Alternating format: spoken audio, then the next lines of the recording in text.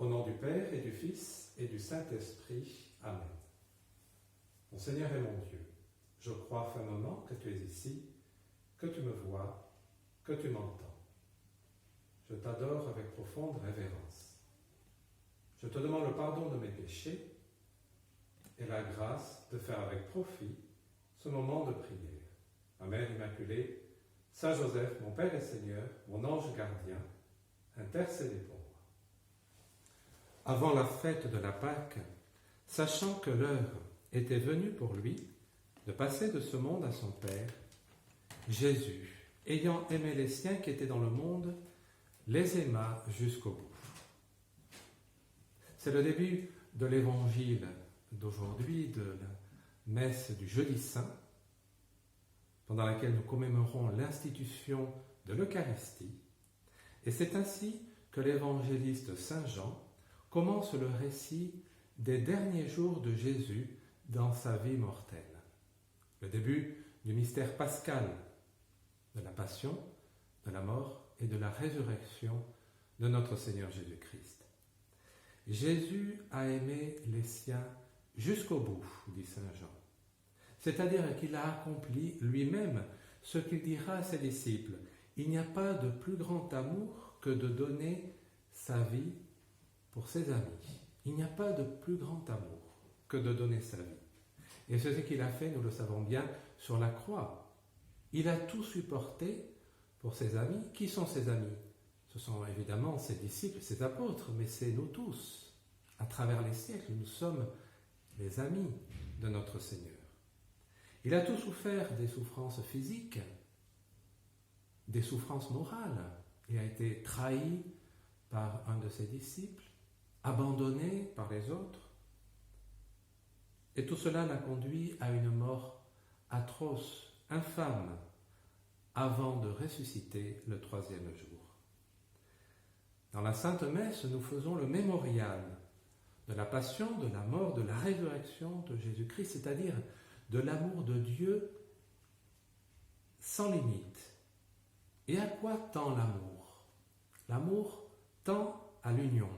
Lorsque nous aimons une personne, spontanément, nous voulons rester avec elle. Nous avons des amis, nous avons du plaisir à converser avec eux, à passer des moments avec eux. Eh bien, c'est ce que le Christ fait avec nous dans l'Eucharistie.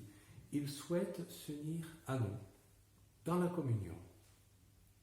Mais revenons au texte de l'Évangile de ce jour dont je vous propose une méditation et qui nous introduit précisément dans le récit de l'institution de l'Eucharistie. Au cours du repas, alors que le diable a déjà mis dans le cœur de Judas, fils de Simon l'Iscariote, l'intention de le livrer, Jésus, sachant que le Père a tout remis entre ses mains, qu'il est sorti de Dieu et qu'il s'en va vers Dieu, se lève de table, dépose son vêtement et prend un linge qu'il se noue à la ceinture.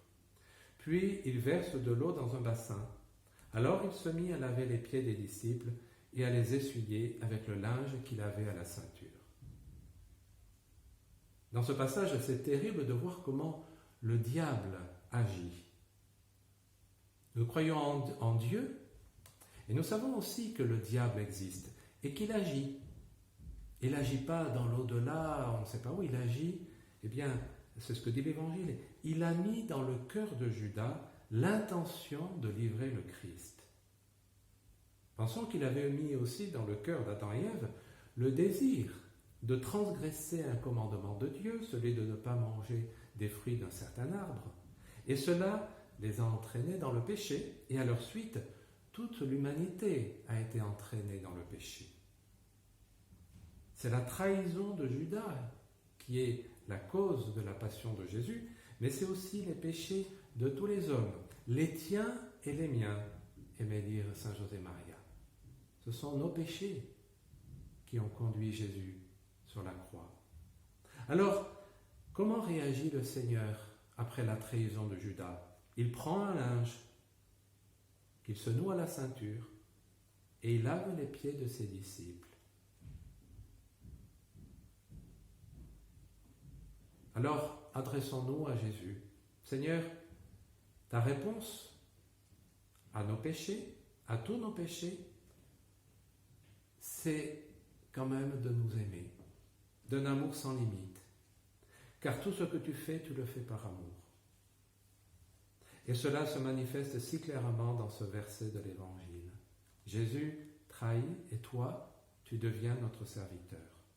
Alors, apprends-moi, Seigneur Jésus, à réagir comme tu le fais, à ne pas répondre au mal par le mal, mais comme tu nous l'as enseigné, à pardonner toujours à ceux qui nous ont offensés. Alors permets-moi de te demander, est-ce que, et je me parle à moi aussi bien sûr, est-ce que je sais aussi ne pas répondre mal par le mal, ou lorsque on me dit quelque chose ou l'on me fait quelque chose qui ne plaît pas, est-ce que je réagis violemment, par la colère, ou même peut-être parfois par la vengeance? Oui, examinons-nous chacun individuellement. Et ensuite, eh bien, adressons-nous à notre Seigneur Jésus-Christ. Oui, Seigneur Jésus, par ton exemple, par ta parole, et surtout par le don de ton corps et de ton sang dans l'Eucharistie, tu nous aides à aimer comme toi-même tu nous as aimés, à ne pas céder à la tentation de la colère ou de l'orgueil. Poursuivons la lecture de cet évangile de la messe d'aujourd'hui. Simon-Pierre lui dit « C'est toi, Seigneur, qui me laves les pieds ?» Jésus lui répondit « Ce que je veux faire, tu ne le sais pas maintenant, plus tard tu comprendras. » Pierre lui dit « Tu ne me laveras pas les pieds. » Non, jamais. Jésus lui répondit « Si je ne te lave pas, tu n'auras pas de part avec moi. » Simon-Pierre lui dit « Alors, Seigneur, pas seulement les pieds, mais aussi les mains et la tête. » Jésus lui dit « Quand on vient de prendre un bain, on n'a pas besoin de se laver, sinon les pieds. On est pur tout entier. Vous-même, vous êtes purs, mais non pas tous. » Que nous dit ce passage de cet évangile d'aujourd'hui, de la messe d'aujourd'hui? Eh bien, Pierre ne se sent pas digne de se laisser laver les pieds par Jésus. Pour lui, laver les pieds des autres, c'est la tâche des domestiques. C'est ce qu'ils faisaient à l'époque. Effectivement, il n'y avait pas des souliers comme on en a aujourd'hui. Les routes étaient très poussiéreuses. Et donc, quand des gens étaient invités, habituellement, des domestiques, des esclaves lavaient les pieds des personnes qui étaient invitées. Pensons que c'est ce qu'a fait aussi une femme pécheresse qui a lavé les pieds de Jésus avec un parfum de grand prix. Alors comment laisser Jésus, le Maître tant aimé, le Messie, réaliser cette tâche, je dirais presque vulgaire? Et pourtant, Jésus insiste. Oui, c'est vrai, il est le Messie. Pierre l'avait bien reconnu. Mais il est Messie et donc il est notre serviteur. Lui, il nous lave les pieds. Il faut sans doute reconnaître dans ce geste une référence au sacrement de pénitence. Dans ce sacrement, le Seigneur nous purifie de nos péchés afin de nous rendre dignes de participer au banquet céleste. De même que le Christ a lavé les pieds de ses disciples afin qu'ils soient suffisamment purs pour aller à sa table où il va instituer le sacrement de l'Eucharistie. Peut-être vient-il alors à notre esprit des périodes où nous avons communié sans avoir cherché vraiment à purifier notre âme, que nous sommes allés communier avec des pensées de vaine gloire. On se compare, les apôtres aimaient beaucoup se comparer. Qui parmi eux pouvait être le plus grand?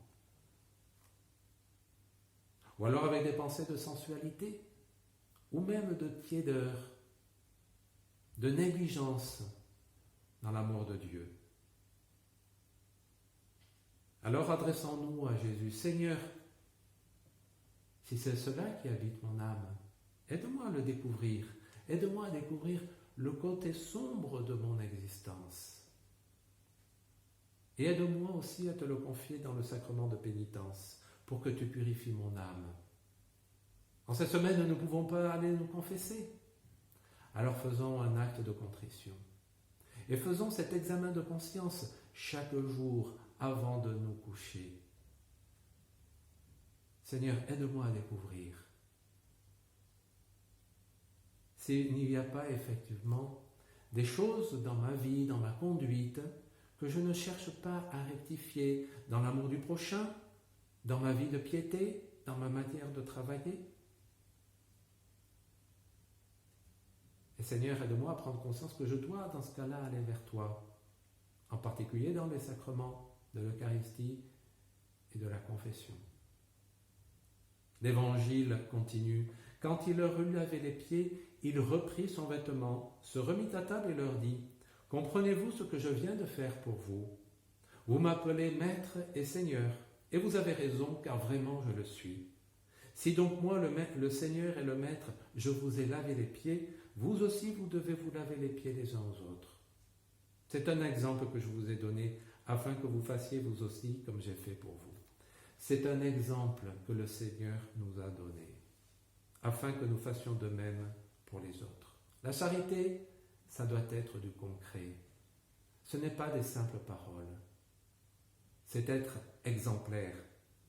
Laver les pieds, qu'est-ce que ça signifie pour nous au XXIe siècle ? C'est certainement se mettre au service des autres, dans des actes concrets. C'est avant rejeter les tentations de vaine gloire, d'orgueil, pour s'intéresser vraiment aux autres avec humilité et bienveillance. C'est rendre des services matériels dès que cela nous est possible. Et en ce temps de confinement, je suis certain qu'il y a plein de choses que nous pouvons faire dans la maison. C'est aussi aider les autres par des œuvres de miséricorde spirituelle. Je vais vous citer ce que disait le pape François il y a quelques années, alors qu'on célébrait un jubilé de la miséricorde. Il avait dit dans un document intitulé Misericordiae Vultus, le visage de la miséricorde. Et il disait : les œuvres de miséricorde spirituelle, c'est conseiller ceux qui sont dans le doute, c'est enseigner les ignorants, c'est avertir les pécheurs, c'est consoler les affligés, c'est pardonner les offenses, c'est supporter patiemment les personnes ennuyeuses, c'est prier Dieu pour les vivants et pour les morts. On pourrait développer chacune de ces œuvres de miséricorde, conseiller ceux qui sont dans le doute, peut-être en particulier dans le doute sur des vérités de la foi catholique. Je peux téléphoner à des amis pour essayer peut-être de les faire réfléchir sur la beauté de la vie chrétienne, en particulier en ces semaines de confinement, où on peut se poser des questions plus profondes. C'est de consoler les affligés. Il y a des gens qui souffrent beaucoup. On connaît certainement des personnes qui sont atteintes par cette maladie, peut-être même des personnes qui ont perdu des êtres chers liés à cette maladie. Il est possible que l'un des fruits de cette période de confinement, c'est pas agréable pour personne de devoir rester chez soi alors qu'il y a un temps magnifique, mais nous devons attendre aussi des fruits, des faveurs, je dirais même, de Dieu, à travers cette période de confinement. Et je pense, l'un de ces fruits spirituels, c'est de prendre conscience que nous avons une responsabilité personnelle, chacun d'entre nous, auprès des personnes les plus fragiles, celles qui ont davantage besoin d'aide ou d'affection. C'est ça qui nous ouvre les portes du ciel. J'avais faim, vous m'avez donné à manger, j'avais soif, j'étais malade, j'étais en prison, et vous vous en êtes aperçu, et vous vous êtes occupé de moi. Comptons alors sur le sacrement de l'Eucharistie pour vivifier, je dirais même dynamiser notre âme avec la grâce de l'Esprit Saint. Et puisque nous ne pouvons pas les communier, alors faisons beaucoup de communion spirituelle. Disons au Seigneur que nous voulons le recevoir, même avec nos mots à nous. Inutile d'avoir nécessairement des prières. Si on en a, c'est très bien, mais sinon disons-le intérieurement. Oui Seigneur, je veux te recevoir dans mon âme. Afin que tu puisses renforcer mon cœur, m'apprendre à aimer davantage, sans limite, jusqu'au bout, comme toi Seigneur, tu nous l'as montré. Et demandons aussi à la très sainte Vierge Marie de nous aider à recevoir son Fils dans l'Eucharistie, lorsque ce sera possible, bien entendu, avec l'humilité, la pureté et la dévotion avec lesquelles elle-même l'a reçu. Je te remercie, mon Dieu, des bonnes résolutions, des actes d'amour et des inspirations que tu m'as communiquées dans cette méditation. Je te demande de m'aider à les mettre en pratique. Ma Mère Immaculée, Saint Joseph, mon Père et Seigneur, mon ange gardien, intercédez pour moi.